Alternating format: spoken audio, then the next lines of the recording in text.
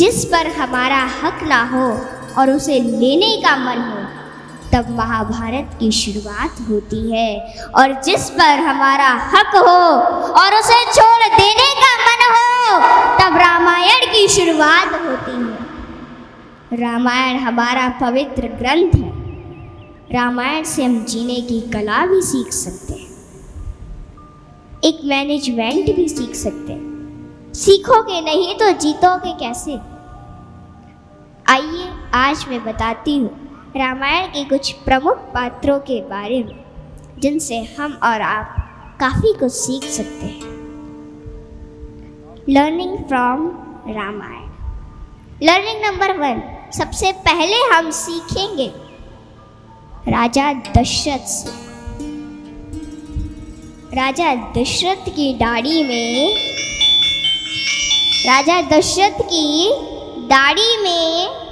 जब सफ़ेद बाल आया तो उन्होंने यह निश्चित कर लिया था कि उन्हें अपने बड़े बेटे प्रभु श्री राम को अयोध्या का उत्तराधिकारी घोषित करना है। अब वो समय आ चुका है। सही समय पर सही फैसला उन्होंने लिया।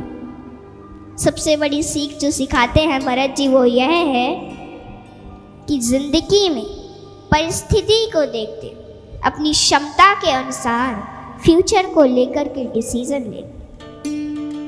हम में से बहुत से लोग ऐसे होते हैं जिन्हें मालूम होता है कि अब हम उसके लायक नहीं रहे, फिर भी वह मोह हमें बांध कर रखता है। फिर भी वह मोह हमें बांध कर रखता है। जिंदगी में जरूरी है परिस्थिति को लेकर के क्षमता के अनुसार, अपनी क्षमता के अनुसार फ्यूचर को लेकर के डिसीजन लेना। लर्निंग नंबर 2, रघुकुल रीत सदा चली आई, प्राण जाए पर वचन न जाई। रामायण के सबसे मुख्य किरदार, सबसे मुख्य पात्र प्रभु श्री राम से क्या सीखे? जब वह राजा बनने जा रहे थे, अचानक से मालूम चला कि उन्हें 14 वर्षों के लिए वनवास में जाना होगा। एक क्षण के लिए जो कुर्सी, जो सत्ता आती हुई दिखाई दे रही थी, वो सब कुछ चला गया। सामने था पिताजी का बड़ा फैसला, जिसमें उन्होंने कहा था कि उन्हें 14 वर्षों के लिए वनवास में जाना होगा। सज्जनों, वो सत्ता का सुख, वो राज दरबार का मोह, सब कुछ त्याग कर प्रभु श्री राम जी वन की ओर चल पड़े। ये रामायण की सबसे प्रमुख घटना है, जिसकी वजह से यह पूरा पुराण हमारे और आपके सामने है। लेकिन यह रामायण की सबसे बड़ी घटना, सबसे बड़ी बात सिखाती है कि जिंदगी में चाहे जो सिचुएशन आ जाए, कभी भी अपने कर्तव्यों से पीछे मत हटिएगा। सज्जनों, प्रभु श्री राम ने जो रामायण में एक एक बात कही है, उसमें से यदि कोई एक बात भी हम लोग अपने जीवन में उतार लें, उसे धारण कर ले, तो मुसीबत हमारे आसपास भी नहीं आएगी। और हमें ऐसा करना चाहिए, क्योंकि प्रभु श्री राम का नाम लेना बहुत अच्छी बात है। प्रभु श्री राम का नाम लेना बहुत अच्छी बात है, लेकिन उनके आचरण को अपनी जीवन में ढाल लेना बहुत बड़ी बात है। ध्यान दीजिए, समझिएगा इस बात को, कि जो चरण होते हैं वो मंदिर की ओर लेकर जाते हैं, और जो आचरण होते हैं वो भगवान तक लेकर जाते हैं। जो आचरण होते हैं वो भगवान तक लेकर जाते हैं। इसलिए हमें हमेशा प्रभु का नाम लेना चाहिए, भगवान का भजन कीर्तन करना चाहिए। लर्निंग नंबर 3, माता सीता से क्या सीखे। जब दासी मंथरा ने कैकेयी को भड़काया और कैकेयी ने राजा दशरथ से जाकर के कहा कि राम को वन में भेज दीजिए, तब कहीं भी माता सीता का नाम नहीं था कि सीता को भी भेज दीजिए, ऐसा नहीं कहा था। लेकिन फिर भी माता सीता ने कहा कि वो भी प्रभु श्री राम के साथ में वनवास जाना चाहती, वनवास प्रस्थान करने के लिए तैयार है। उन्हें बहुत समझाया, परिवार के हर एक सदस्य ने समझाया, यहाँ तक कि प्रभु श्री राम ने भी कहा कि आप मत जाइए, आप यहीं रहिए, माता पिता की सेवा कीजिए। तो माता सीता ने कहा कि नहीं, मेरा पहला कर्तव्य आपकी प्रति, मैं आपके साथ में वनवास जरूर जाऊंगी। सबसे बड़ी सीख जो माता सीता से मिलती है कि जिंदगी में जब परिस्थितियां विपरीत होने लग जाए तो सबसे पहले मान लीजिए कि यही नियति का निर्णय है। जहां वो रानी बनने जा रही थी, अचानक से वनवास सामने आ गया तो घबराई नहीं, अपनी निष्ठा को और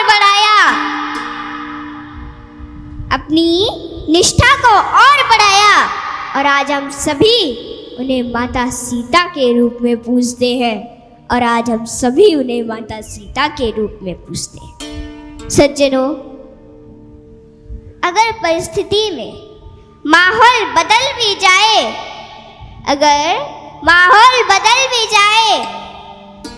फिर भी अपनों के लिए वही अपनापन बरकरार रखिएगा।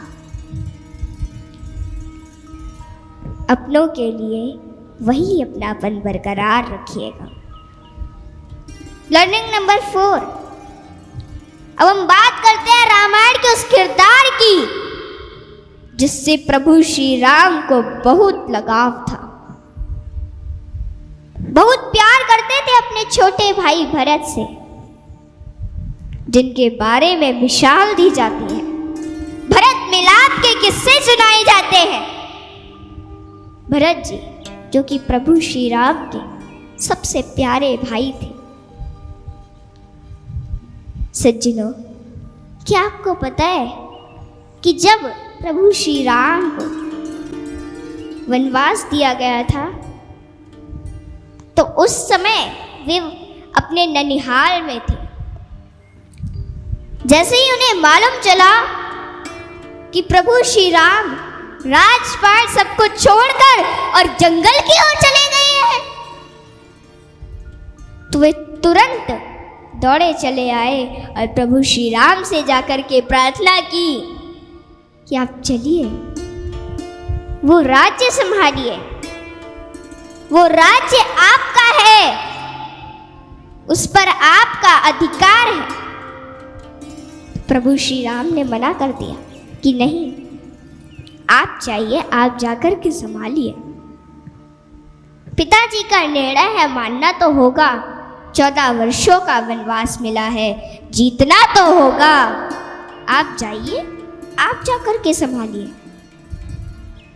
तब भरत जी ने वो काम नहीं किया। भरत जी ने काम किया कि प्रभु श्री राम की चरण पादुकाएं लाकर अयोध्या के सिंहासन पर रख दी और कहा कि सिंहासन तब तक भी प्रभु श्री राम का ही रहेगा जब तक कि वो वन से वापस नहीं आ जाते, जब तक कि वो वन से वापस नहीं आ जाते। और खुद भी नगर से दूर नंदी ग्राम में कुटिया बनाकर बिल्कुल उसी तरीके का वनवास जी रही है कि जिस तरह उनके भैया प्रभु श्री राम जी जी रहे। सबसे बड़ी सीख, सबसे बड़ी बात जो सिखाते हैं भरत जी वो यह है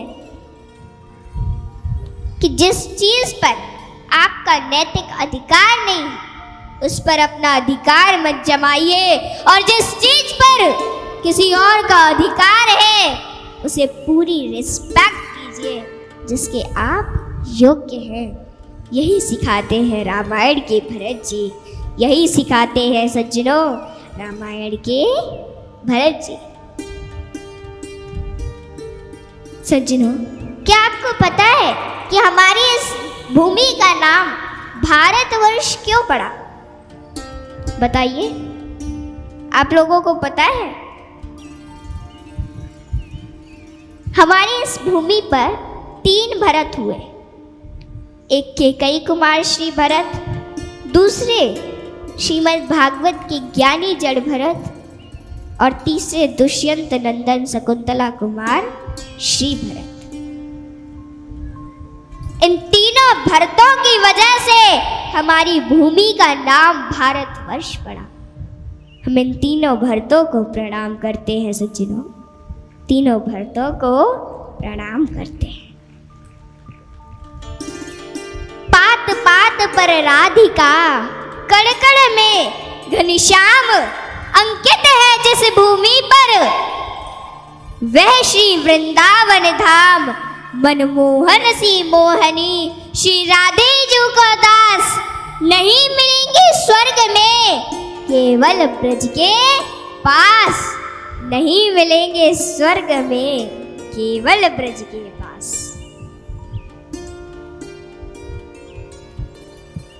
भजन तन मन धन तीनों से करना चाहिए।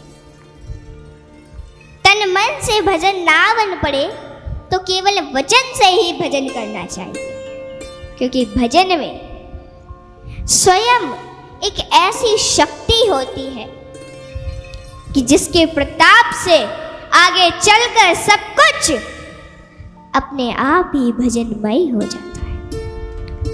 और सज्जनों, भजन में सबसे उपयोगी और लाभदायक है भगवान के नाम का जप और कीर्तन।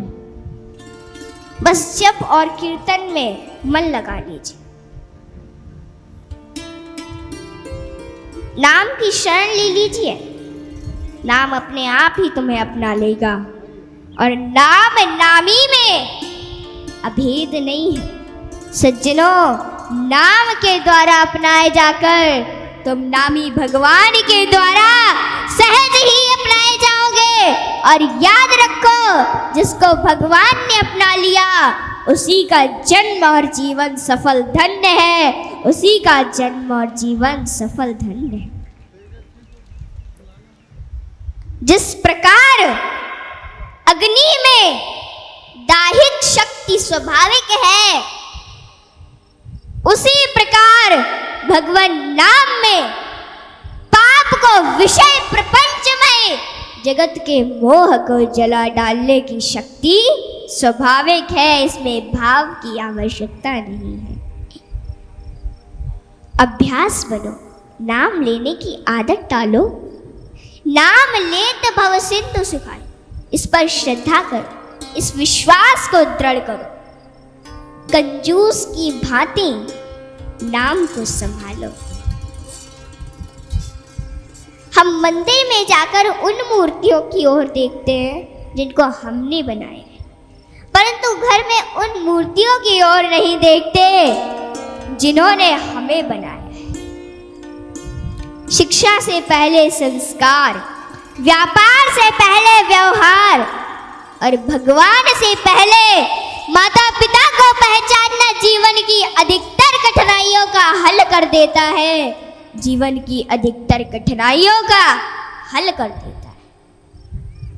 मंदिर जाओ ना जाओ, भगवान को मानो ना मानो आपकी मर्जी, लेकिन घर के माता पिता को सम्मान दो, आदर करो, उनका सेवा करो, क्योंकि मंदिर के भगवान को तुमने बनाया, परंतु घर के माता पिता ने तुम्हें बनाया है।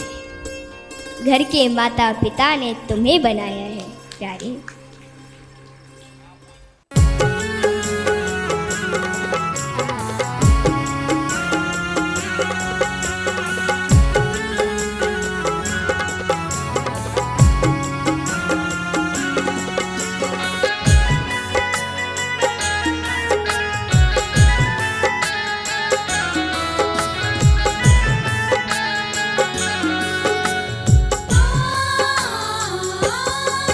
तेरी